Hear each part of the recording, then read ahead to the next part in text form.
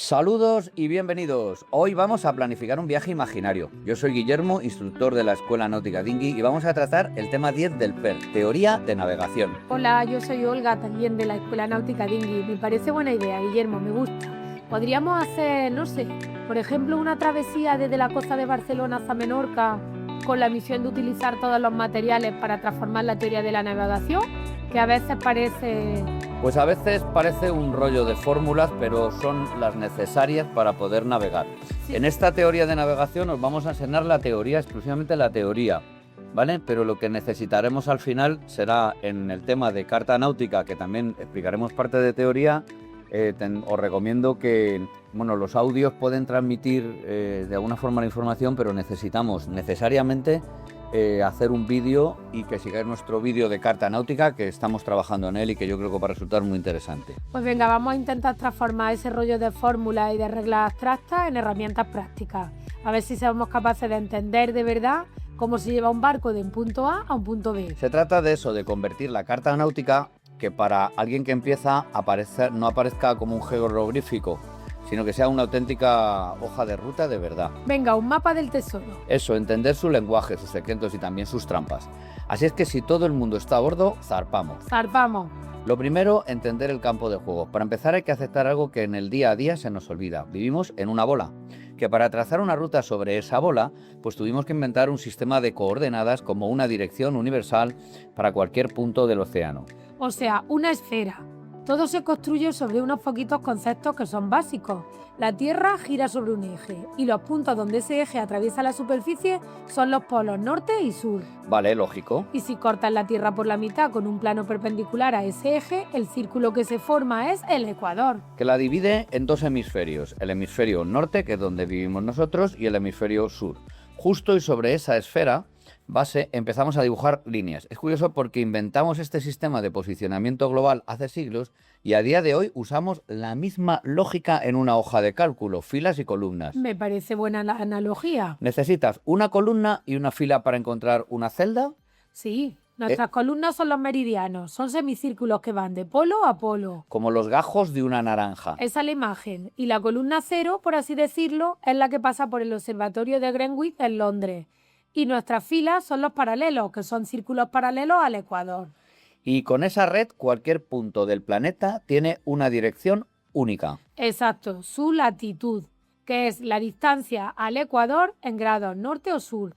Y su longitud, que es la distancia a Greenwich, también en grados este u oeste. De acuerdo, pues primer paso para nuestro viaje a Menorca completado. Ya sabemos cómo encontrar las coordenadas de Barcelona y de nuestro destino en el globo. Pero claro, No te vas a llevar un globo al barco, imagínate con el oleaje. El gran desafío es cómo pasar esa esfera a un papel plano. ese fue el rompecabezas que resolvió Gerardus Mercator allá por 1569. Su proyección Mercator es, de verdad, una de las mayores genialidades de la historia de la cartografía. Pero se basa en una idea que va un poco contra la intuición. Totalmente. Para hacer un mapa útil tuvo que deformar la realidad, pero a propósito. A eso iba. Siempre me ha llamado la atención que en un mapa Mercator, Groenlandia, parece la famosa Groenlandia tan nombrada estos días, parece tan grande como África, cuando en realidad África es 14 veces más grande que Groenlandia.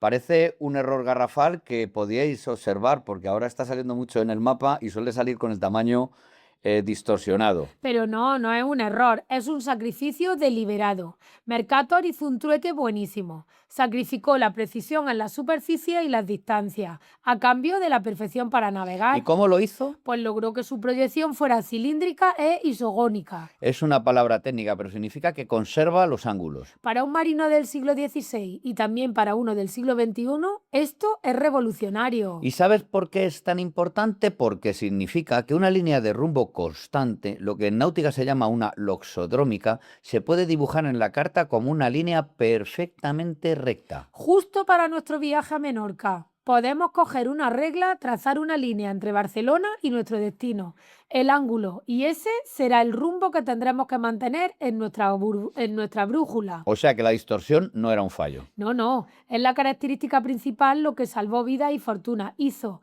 la navegación mucho más sencilla y más segura. Entendido, es una herramienta diseñada para un propósito muy específico y claro. Además de nuestra línea recta, la carta está llena de información, parece un idioma. Lo es. Es un lenguaje visual estandarizado. Te dice la profundidad, las ondas y te dice si el fondo es de arena, de piedra, de alga. ¿Ah, sí? También marca peligro como rocas, barcos hundidos y por supuesto marca los faros. Hay que aprender a leerlo. Es como aprender a ver el fondo del mar desde la superficie. O sea que la carta es imprescindible, pero no es el único libro que debemos llevar a bordo. Me imagino que el mar cambia y un mapa de papel, por muy bueno que sea... No se actualiza Exacto. solo. Y justo ahí está la clave de la seguridad. La carta es la base, pero tienes que complementar con otras publicaciones náuticas. Son las actualizaciones del sistema, por así decirlo. Sería pues como conducir con un GPS de hace 10 años. Sí, ignorarla sería malo. Peor, estás navegando por una realidad que ya no existe. Eso es muy importante. ¿Y de qué tipo de publicaciones hablamos, Pues Olga? principalmente de tres. Primero, los derroteros, que son una guía increíblemente detallada de tramos de costa.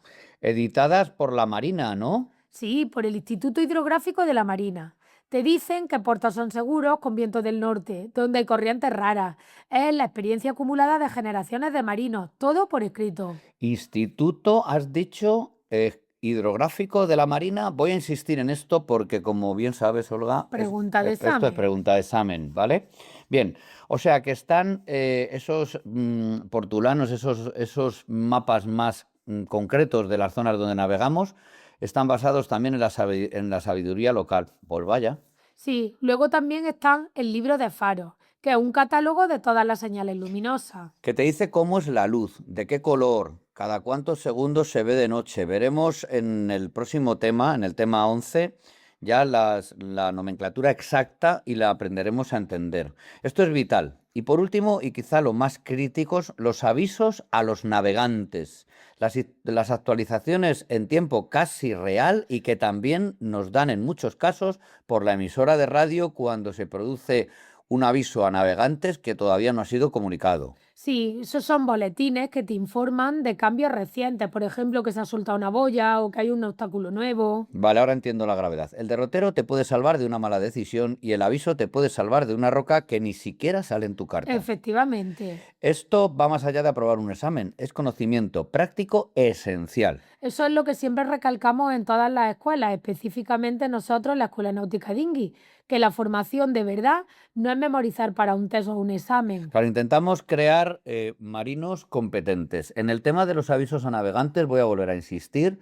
Pensad una cosa, incluso las cartas náuticas digitales, que son las que ahora utilizamos habitualmente en los barcos, en ellas no viene un aviso a navegantes. Si una boya se ha soltado o una boya se ha apagado, o cosas de este estilo, os lo van a decir por la radio como un aviso a navegantes en vuestra zona que vayáis de navegación. Así que es importante que llevéis siempre la radio en canal 16, ¿vale? Para crear marinos competentes. Efectivamente, venga, esa es la filosofía que aplicamos, ya sea en los cursos en Madrid o en las prácticas en Cádiz. La teoría es el qué, pero la buena práctica te enseña el por qué y el cómo. Podéis encontrar más información en nuestra página web. Bueno. Muy bien, pues ya tenemos la ruta trazada y hemos consultado las publicaciones. La siguiente pregunta es obvia. ¿Cuánto vamos a tardar? Y para eso tenemos que olvidarnos de los kilómetros por hora. Exactamente, hay que aprender a hablar el idioma que utilizamos en el mar. Sí, ya hemos dicho que es un idioma que se basa en la geometría de nuestro propio planeta. La unidad de distancia es la milla náutica. Que nos la grabamos a fuego. Una milla náutica son 1852 metros. Pero lo curioso no es el número, es la definición. Una milla náutica es, por definición, la longitud de un minuto de arco de meridiano terrestre. Espera, eso es muy guay. Una pasada. Significa que la escala de distancias está integrada en la propia carta.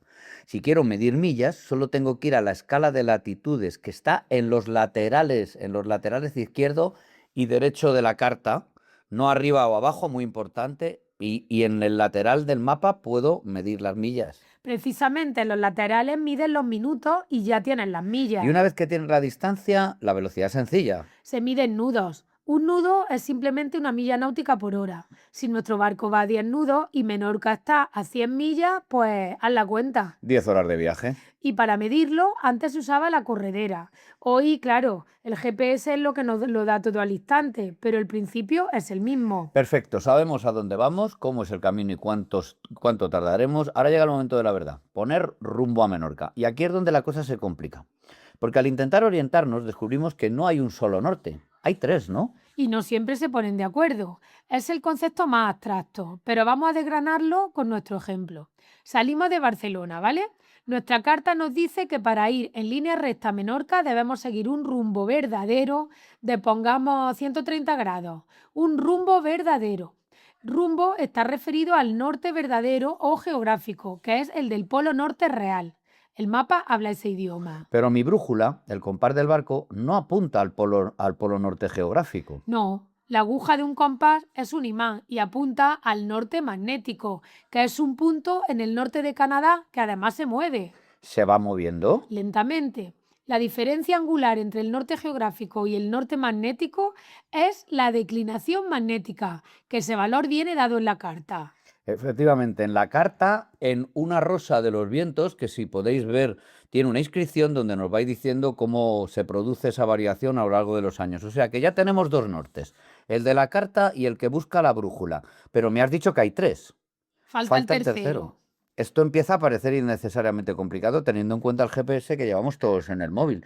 ¿De verdad sigue siendo vital aprender esto? Pues tu pregunta es pertinente, pero la respuesta es que sí, es absolutamente vital. ¿Por qué?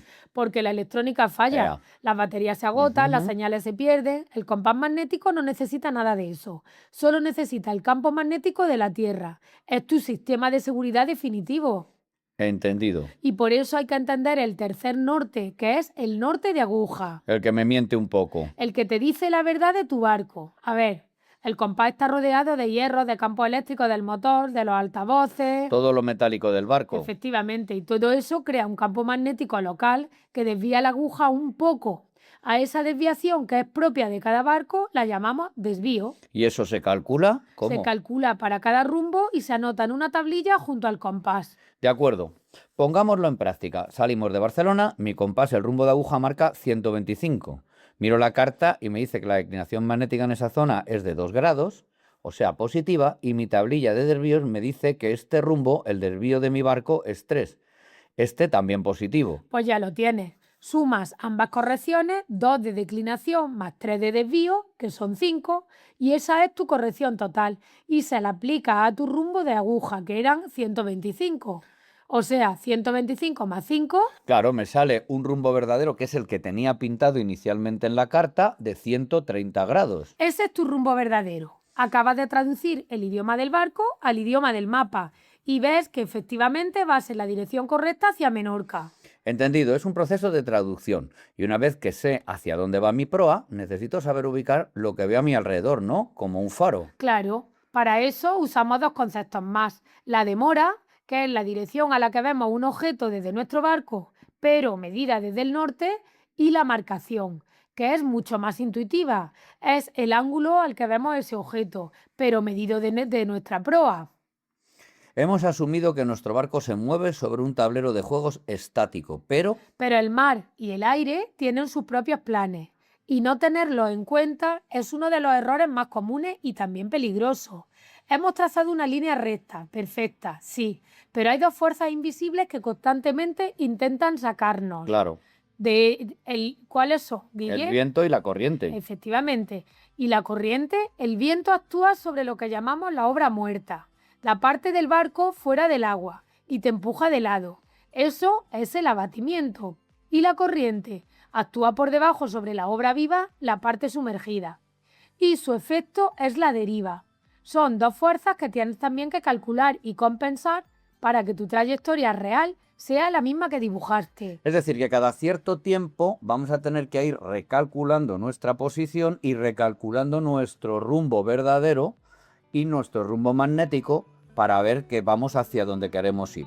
Y luego está esa respiración lenta y poderosa del océano, Las mareas. las mareas, que en el Mediterráneo son tan fuertes, pero en el Atlántico o en el Cantábrico puede ser la diferencia entre entrar a puerto o quedarte en la arena. totalmente. Las mareas son ese ascenso, la pleamar, y el descenso, la bajamar del nivel del mar. Provocado por la gravedad de la Luna y el Sol. Sí, y aquí hay un dato que a mí siempre me ha parecido impresionante. La influencia de la Luna, que no es un poco mayor que la del Sol, no, es más del doble. Es increíble. Sí, pero el Sol es inmensamente más masivo, pero está muchísimo más lejos. Y como la fuerza de la gravedad disminuye con el cuadrado de la distancia, la cercanía de la Luna gana la partida por goleada. Es increíble. Otra vez. Entender este ciclo es fundamental. Pues menudo viaje hemos hecho sin movernos de la mesa. Hemos partido de entender la forma de la Tierra, la hemos aplanado en un mapa, aceptando sus deformaciones. Sí, sus distorsiones, pero deliberadas. Trazado una ruta, he aprendido a traducirla al idioma de la brújula y finalmente hemos tenido en cuenta las fuerzas de la naturaleza. Es todo un lenguaje para dialogar con el mar. Sí, es un lenguaje que, como todo, se aprende con una base teórica sólida y sobre todo con muchísima práctica. No hay otra. Es la única manera de que estos conceptos pasen de la cabeza a las manos. Por eso, aquí en la Escuela Náutica Dinghy, para nosotros es tan importante, para asegurarnos que la gente no solamente apruebe, sino que aprendan a navegar. Eso es, que aprendan a navegar con confianza y seguridad. Nuestro lema lo resume muy bien. Nuestro lema, buena proa y buena guardia. Un lema perfecto. Y todo este análisis me deja con una reflexión final. Hemos hablado mucho de cómo la proyección Mercator deforma la realidad, estirando los polos para darnos una herramienta útil, la línea recta. Y me hace preguntarme en qué otras áreas de nuestra vida aceptamos y usamos constantemente una visión distorsionada de la realidad, un mapa simplificado, solo porque nos resulta más práctico o más fácil para navegar las complejidades del día a día. Aprovecho para despedirme de vosotros. Hasta el próximo podcast. Saludos, buena guardia y buena proa a todos. Buena proa, chicos.